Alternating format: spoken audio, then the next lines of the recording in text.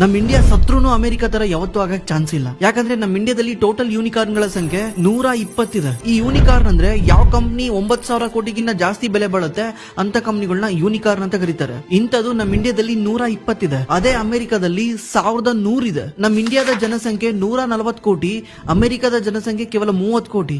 30 ಕೋಟಿ ಜನ ಸೇರ್ಕೊಂಡು $1,100 ಬಿಲಿಯನ್ ಐಡಿಯಾ ಹುಡುಕಿದ್ದಾರೆ.